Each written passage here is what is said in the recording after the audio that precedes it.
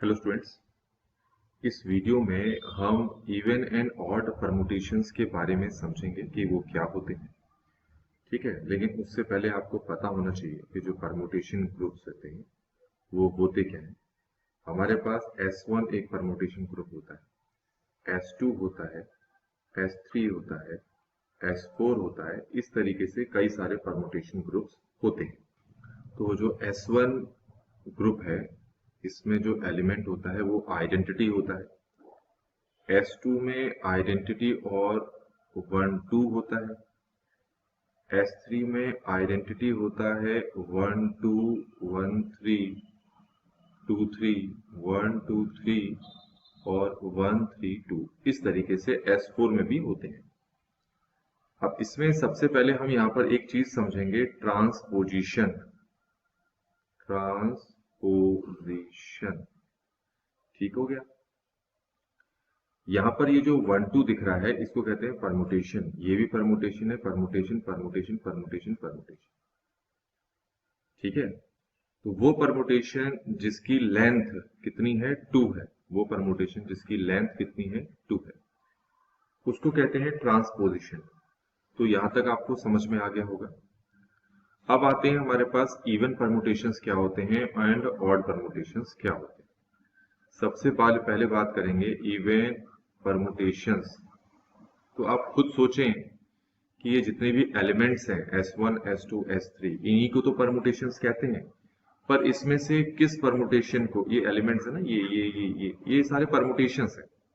अब इनमें से किस परमुटेशन को हम इवन परमुटेशन कहेंगे और किसको ऑड परमुटेशन कहेंगे, इसका पता कैसे लगाया जाता है। इसका पता ये लगाया जाता है कि अगर आप लेंथ टू ट्रांसपोजिशन को, इसका मतलब क्या है कि आपके पास मान लेते हैं एक परमुटेशन है 1 2 3। आपको पता होना चाहिए कि इसको हम 1 3 मल्टीप्लाई 1 2 इस फॉर्म में लिख सकते हैं। तो जब आप even number of times permutations को मल्टीप्लाई करते हैं, फिर उससे एक नया परमुटेशन आता है, तो उस नए परमुटेशन को ही इवन परमुटेशन कहते हैं। अब देखो, आपको पहले ही बता दिया कि ट्रांसपोजिशन क्या है। यहाँ पर 1 2 ट्रांसपोजिशन है, 1 3 ट्रांसपोजिशन है, 2 3 ट्रांसपोजिशन है, क्योंकि इनकी लेंथ 2 है। लेंथ 2 का मतलब दो एलिमेंट्स है, दो नंबर है, तो इनकी लेंथ यहाँ पर कितनी है 2 है, तो इसीलिए इनको कहते हैं ट्रांसपोजिशन। इन परमुटेशंस का एक नाम और क्या है, ट्रांसपोजिशन।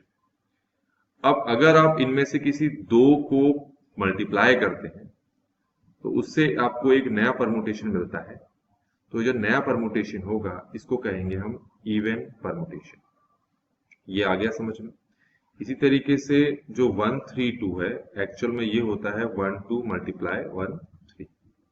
तो ये आपको समझ में आ गया होगा कि इवन परमुटेशन क्या होती है। एक और देख लें, जैसे हमारे पास है 1 2 3 4 5 6। ठीक हो गया। इसको अगर चेक करें तो इसको हम लिख सकते हैं 1 6 1 5 1 4 1 3 1 2। ऐसे कैसे लिख सकते हैं, नहीं अभी हम इस पे नहीं आ रहे हैं, इस पे अभी नहीं आ रहे हम। सिर्फ जो सीखना है हम उसको सीखेंगे। एक्चुअल में इन सबको अगर मल्टीप्लाई करो तो ये आता है। अब इसका मल्टीप्लिकेशन कैसे करते हैं पहले आपको ये पता होना चाहिए, तभी आप इस वीडियो में आए। तो अब यहां पर देखो, ये भी एक ट्रांसपोजिशन है, ये भी ट्रांसपोजिशन, ये भी ट्रांसपोजिशन, ये भी ट्रांसपोजिशन, ये भी ट्रांसपोजिशन। तो टोटल कितने ट्रांसपोजिशन है यहाँ पर, 5। जब इन 5 ट्रांसपोजिशन को आप मल्टीप्लाई कर रहे हैं तो उसके पास आपके पास एक नया परमुटेशन आ रहा है, इसलिए इस नए परमुटेशन को हम क्या बोलेंगे, ऑड परमुटेशन। ये समझ में आ गया होगा, ये क्लियर है। अब कुछ और भी यहाँ पर हमें परमुटेशन के बारे में पता होना चाहिए। वो क्या है, जैसे आई जो है आइडेंटिटी एलिमेंट, ये क्या है, ये एक इवन परमुटेशन है कि ऑड परमुटेशन है। तो आप ये चीज ध्यान में रखें कि आई जो है वो एक इवन परमुटेशन है। क्यों इवन परमुटेशन है, क्योंकि अगर आप 1 2 को 1 2 से मल्टीप्लाई करते हैं, ठीक हो गया। अब मल्टीप्लाई करना अगर आपको आता है तब तो अच्छी बात है, आप करके देखें तो हमारा आंसर आई आएगा। तो कितने हमने यहाँ पर ट्रांसपोजिशन यूज किए, 2। इसलिए ये एक इवन परमुटेशन है। लेकिन अगर मान लो मैं 1 2 को और 1 2 को मल्टीप्लाई करता, ये तो आई आता, आई को 1 2 से करते तो 1 2 ही आता, तो ये हमारे पास किस तरह का हो जाता फिर, ऑड। तो देखिए जब आप इवन परमुटेशन ले रहे हैं, इवन ट्रांसपोजिशन ले रहे हैं, तो ये आपके पास आंसर क्या आ रहा है, आई आ रहा है ना। सेम इसलिए लिए हैं क्योंकि सेम लेंगे तभी तो आई आएगा, अलग अलग लेने पे आई थोड़ी ना आएगा।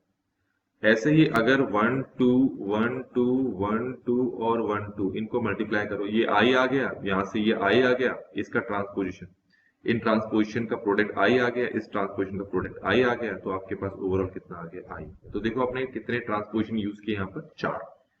तो इसलिए आई हमारे पास क्या है, एक इवन, क्या है, इवन परमुटेशन है। तो हमें ये समझना है कि अगर दो इवन परमुटेशंस हमारे पास है और उनका अगर हम प्रोडक्ट करते हैं तो हमारे पास इवन परमुटेशन ही आता है। अब यहाँ पर इवन परमुटेशन किसको कहते हैं, ऊपर देख लें। अभी के लिए ऐसे समझ लें कि ये जिसके अंदर ये 3 एलिमेंट्स हैं, इसको हम इवन परमुटेशन कहते हैं। एक्चुअल में इवन परमुटेशन जो है वो प्रोडक्ट ऑफ 2 ट्रांसपोजिशन होता है, ठीक है। तो अगर मैं यहाँ पर 1 2 3 को 1 2 3 से क्या करो, मल्टीप्लाई करो, प्रोडक्ट करो, देखो ये इवन है, ये इवन है, और जब इन दोनों का प्रोडक्ट करते हैं तो वो आता है हमारे पास 1 3 2। क्यों आता है ये आपको पहले से ही सीख के रखना है यहाँ पर, ठीक हो गया।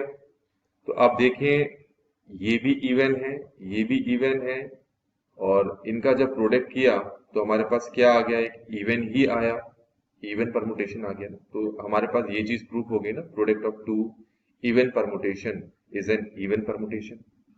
अब इसमें देखिए, इसमें क्या लिखा है कि अगर आप ऑड परमुटेशंस का प्रोडक्ट करते हैं तो आपको इवन परमुटेशन मिलता है। जैसे 1 2 एक ऑड परमुटेशन है, इसका नाम ट्रांसपोजिशन भी है, और 1 3 है, आप इनका अगर प्रोडक्ट करते हैं तो आपको 1 3 2 मिलता है।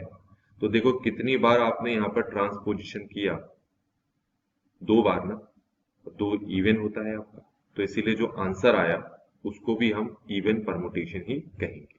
तो ये खुद भी इटसेल्फ ये ऑड परमुटेशन है, तो ऑड परमुटेशन का प्रोडक्ट आपका इवन परमुटेशन होता है। अब ये वाला देखेंगे हम, इसमें product of 1 odd and 1 even permutation is an odd permutation, ठीक है।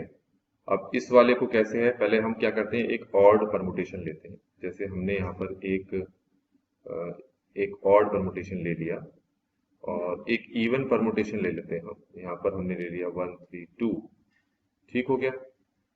तो इन दोनों का प्रोडक्ट करेंगे तो आपको पता है कि ये जो 1 3 2 है, इसको हम लिखेंगे 1 2 मल्टीप्लाई 1 3, है ना।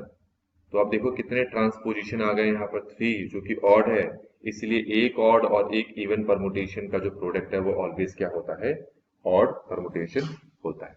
तो इस तरीके से बच्चों इस वीडियो में हमने इवन एंड ऑड परमुटेशन के बारे में पूरी तरह से समझ लिया।